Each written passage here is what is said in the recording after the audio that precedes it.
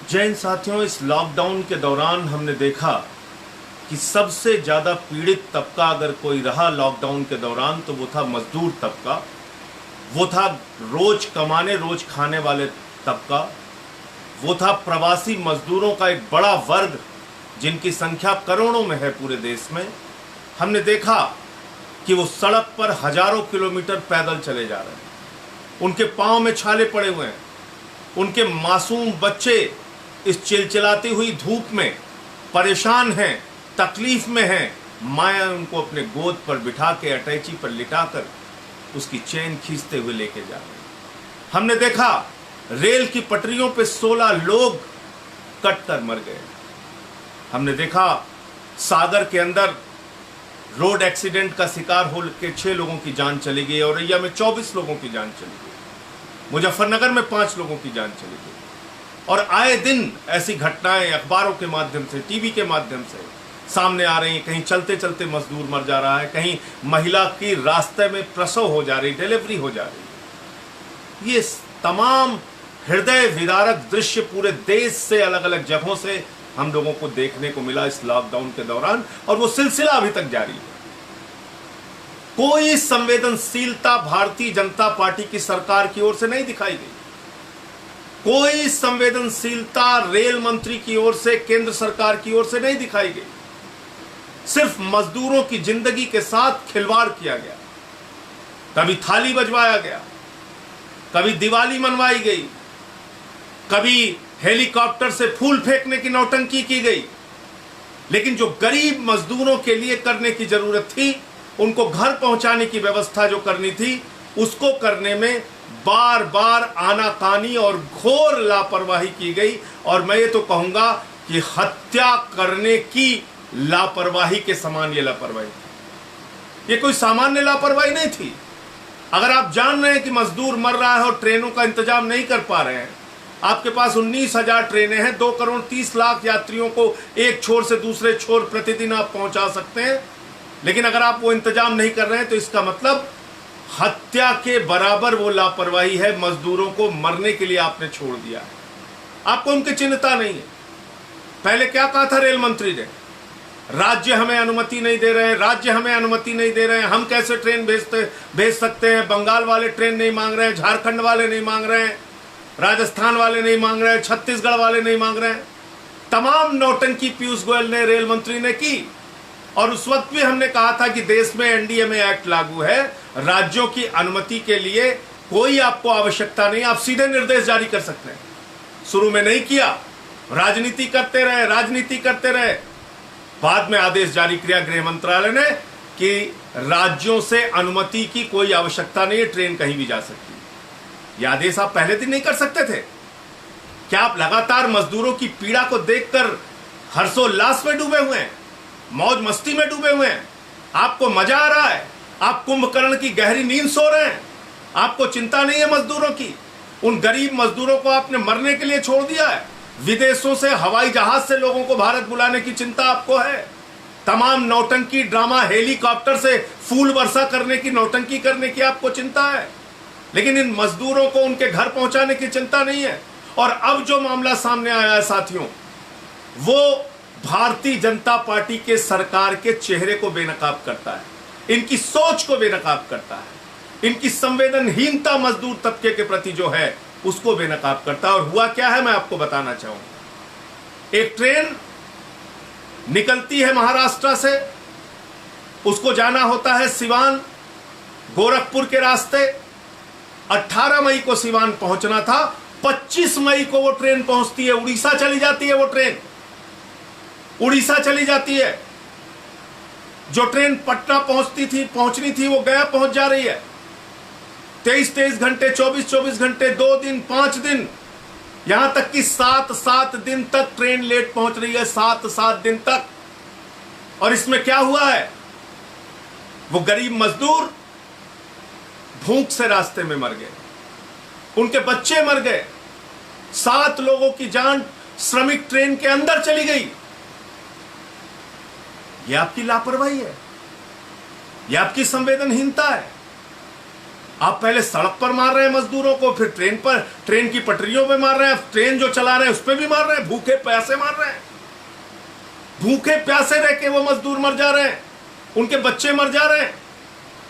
और आज जब से मैं ये खबर पढ़ा हूं मुझे यकीन नहीं हो रहा कि इतनी ज्यादा लापरवाही सरकार के द्वारा हो सकती है, इतनी ज्यादा संवेदनहीनता सरकार के द्वारा हो सकती है। यकीन नहीं हो रहा है, लेकिन ये सच है साथियों, ये सच है, ये हुआ है। आप बताइए, रेलवे ट्रैक पर ट्रेन 7-7 दिन तक चली जा रही है, कहां की कहां पहुंच जा रही है, किसी को कोई खबर नहीं। ऐसे तो रास्ते में कोई बड़ा एक्सीडेंट हो जाता, बड़ा हादसा हो जाता, पूरे रास्ते किसी को पता नहीं चला। ये दैनिक भास्कर की खबर है, 2 दिन के बदले 9 दिन में पहुंची श्रमिक ट्रेनें, भूख और प्यास से एक दिन में इन ट्रेनों में 7 मौतें हो गई। ट्रेनों में 7 मौतें, 2 दिन के बजाय 9 दिन में पहुंच रही है ट्रेन। 7-7 दिन ट्रैक पर बेपरवाह होकर ट्रेन चल रही है, रास्ते में कोई हादसा हो जाता, कोई घटना हो जाती। और अब कहां है पीयूष गोयल? रेलवे के ट्रैक पर चलने वाली ट्रेनों की तो जिम्मेदारी आपकी है। अभी तक तो आप सभी राज्य सरकारों को जिम्मेदार ठहरा रहे थे। इन 7 मौतों के लिए हत्यारा कौन है? इन 7 मौतों के लिए जिम्मेदार कौन है? इन 7 मौतों की वजह क्या है? इन 7 मौतों की वजह है घोर लापरवाही जो रेलवे और केंद्र सरकार के द्वारा की गई। और मैं तो समझ रहा हूं कि जैसे आप सबक सिखाने पे लग गए, जैसे आप ये चाह रहे हो कि ठीक है मजदूरों, तुम घर न जाना चाहते हो, हम तुम्हें ट्रेन के अंदर ही मार के दिखाएंगे। पहले सड़क पे मारेंगे, फिर रेल की पटरियों पे मारेंगे, फिर ट्रेन में मारेंगे। मैं देश की जनता से कहना चाहता हूं, इस संवेदनहीन सरकार के चेहरे को पहचानिए। ये नौटंकी बात भारतीय जनता पार्टी के लोगों को पहचानिए। ये आपकी जिंदगी के साथ खिलवाड़ करने वाले ये भाजपाई नेताओं को पहचानिए, जिन्होंने आपको सिर्फ कीड़े मकोड़े की तरह जमीन पर, सड़क पर, ट्रैक पर, ट्रेन के अंदर मरने के लिए छोड़ दिया है। इनके चेहरे को पहचानिए। ये सिर्फ बड़ी बड़ी बातें करते हैं, नैतिकता की, राष्ट्रवाद की, भारत माता की। ये तुम्हारा नैतिकता, ये तुम्हारा राष्ट्रवाद, ये तुम भारत माता की इज्जत कर रहे हो। और भारत की माताएं ट्रेनों और सड़कों पर मर रही हैं, और तुम ये सब नाटक करके देश को गुमराह करते रहते हो हर बात पे। अभी दिल्ली के अंदर भी ये लोग नाटक कर रहे हैं। भाजपाइयों ने एक अफवाह फैलाई दिल्ली के अंदर कि दिल्ली में कोरोना से मौतें ज्यादा हो रही हैं, केजरीवाल सरकार उसको कम करके दिखा रही है। ये दुष्प्रचार इन्होंने शुरू किया। अफवाह कंपनी भाजपा से तेज कोई है नहीं, झूठ फैलाने में भाजपा से तेज कोई है नहीं। तो दिल्ली सरकार का सहयोग करने के बजाय, केजरीवाल सरकार का सहयोग करने के बजाय लगातार भारतीय जनता पार्टी के लोग झूठ बोलते रहे और ये कहते रहे कि दिल्ली में मौतें ज्यादा हो रही, कोरोना से मौतें ज्यादा हो रही। कोई कह रहा 1000 मौतें हो चुकी, कोई कह रहा 1500 मौतें हो चुकी, कहीं एमसीडी का बयान आ रहा है, कहीं मनोज तिवारी का बयान आ रहा है, कभी कोई भाजपा का नेता बोल रहा है। इन बेशर्मों को शर्म नहीं आती? कोरोना के मौत के आंकड़ों पर भी घिनौनी और घटिया राजनीति करते हैं। दिल्ली के हाई कोर्ट ने बाकायदा आदेश जारी किया है और उसमें लिखा है कि दिल्ली में डेथ ऑडिट कमेटी बनी हुई है, डॉक्टर्स की, एक्सपर्ट्स की।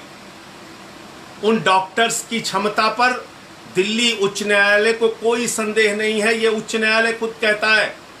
माननीय उच्च न्यायालय ने कहा है डेथ ऑडिट कमेटी की एक्सपर्टीज पर हमको, उनकी क्षमता पर किसी प्रकार का कोई संदेह नहीं है। और जो मौत का आंकड़ा दिल्ली सरकार के द्वारा, अरविंद केजरीवाल सरकार के द्वारा जारी किया गया है, वो पूरी तरह से सच है। और जो हाई कोर्ट में याचिका दायर हुई थी इस संबंध में, उसको दिल्ली हाई कोर्ट ने खारिज कर दिया, यानी भाजपा के झूठ को खारिज कर दिया, भाजपा के चेहरे को बेनकाब कर दिया, भाजपा के अफवाह को बेनकाब कर दिया।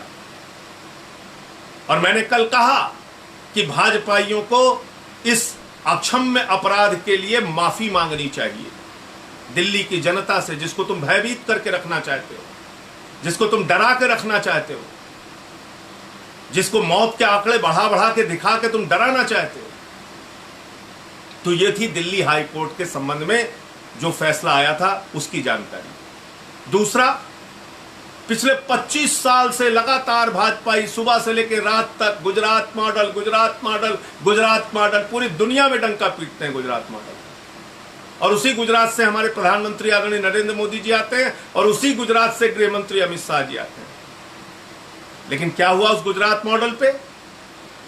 अभी गुजरात हाई कोर्ट का भी एक फैसला आया है, ध्यान से सुनिएगा। और गुजरात हाई कोर्ट ने कहा है गुजरात की स्वास्थ्य सेवाएं डूबता हुआ टाइटैनिक जहाज है। गुजरात की स्वास्थ्य सेवाएं डूबता हुआ टाइटैनिक जहाज है। गुजरात के अस्पतालों में पीपीई किट का अभाव है। गुजरात के अस्पतालों में वेंटिलेटर और बेड का अभाव है। गुजरात के अस्पताल काल कोठरी और तहखाने में तब्दील हो गए हैं। ये मैं नहीं कह रहा हूं, ये आम आदमी पार्टी नहीं कह रही है, ये गुजरात के उच्च न्यायालय की टिप्पणी है, हाई कोर्ट की टिप्पणी है। और अगर ये टिप्पणी दिल्ली सरकार के बारे में होती या कहीं विपक्षी राज्य सरकार के बारे में होती तो सारे भाजपाई भक्त मिलकर इस समय पूरे देश के अंदर हल्ला हंगामा नौटंकी नाच कर रहे होते। लेकिन क्योंकि गुजरात के बारे में ये टिप्पणी है, गुजरात के मॉडल पे ये टिप्पणी है, गुजरात की स्वास्थ्य सेवाओं की बदहाली पर ये टिप्पणी है, तो पूरी की पूरी भारतीय जनता पार्टी खामोश है।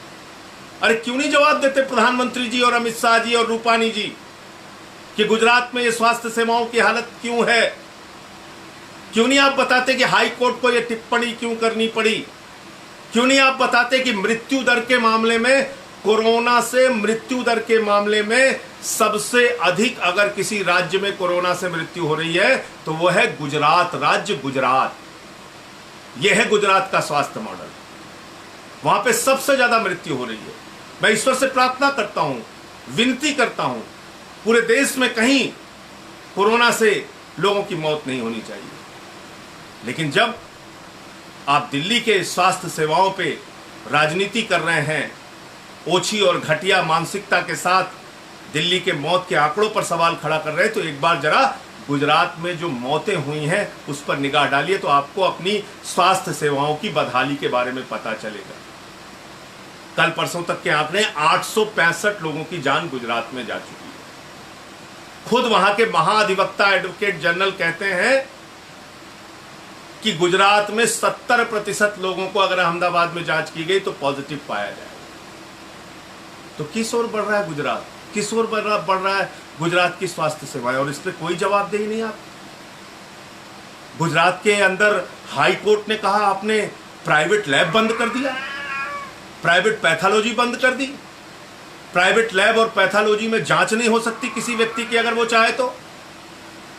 गुजरात में 49 रुपए का मास्क 65 रुपए में बेचा जा रहा है, यानी मास्क के मामले में भी दलाली खाई जा रही है। और हमने तमाम दृश्य देखा, भले ही आपने टीवी चैनल पे बहस ना देखी हो, भले ही आपने टीवी चैनल पे वो दृश्य ना देखा, उसके कारण आप जानते हैं, मैं उसके डिटेल में नहीं जाऊंगा। अगर दिल्ली में कोई मामला हो जाता है तो टीवी चैनल्स पे प्रमुखता से दिखाया जाता है। महाराष्ट्र में, बंगाल में कोई मामला हो जाता है तो टीवी चैनल्स पे प्रमुखता से दिखाया जाता है। लेकिन गुजरात में इतनी बड़ी बड़ी खबरें आई, उसको कितना टीवी चैनल पे दिखाया गया और कितनी उस पर डिबेट हुई, आप अच्छी तरह से जानते हैं।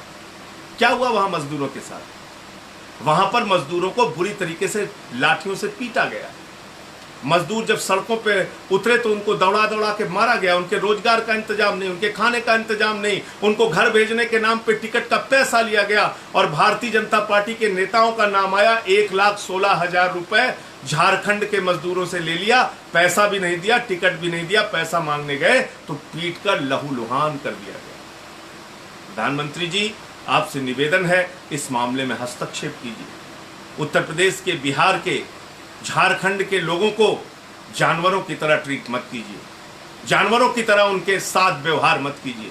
उनको मारा पीटा जा रहा है, उनको आपके राज्य के अंदर भगाया जा रहा है, ट्रेन के नाम पर पैसे ले लिए जाते हैं, उस पर दलाली खाई जा रही है। तो मैं समझता हूं कि आज कम से कम भारतीय जनता पार्टी को देश की दूसरी राज्य सरकारों पर सवाल उठाने का कोई नैतिक अधिकार नहीं है।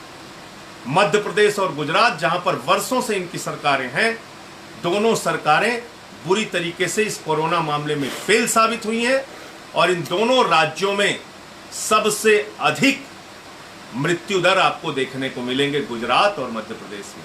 ये सच्चाई है इन दो राज्यों की। तो मैं सिर्फ इतना चाहूंगा कि आप लोग जागरूक रहिए, अपने नाक कान आंख खोले रखिए और देखिए सच में भाजपा आपके लिए क्या कर रही है, वास्तव में भाजपा आपकी जिंदगी के साथ कितना खिलवाड़ कर रही है। और इन बेईमानों का, इन संवेदनहीन लोगों का जवाब दीजिए, बाहर निकलिए। इंकलाब जिंदाबाद, आम आदमी जिंदाबाद।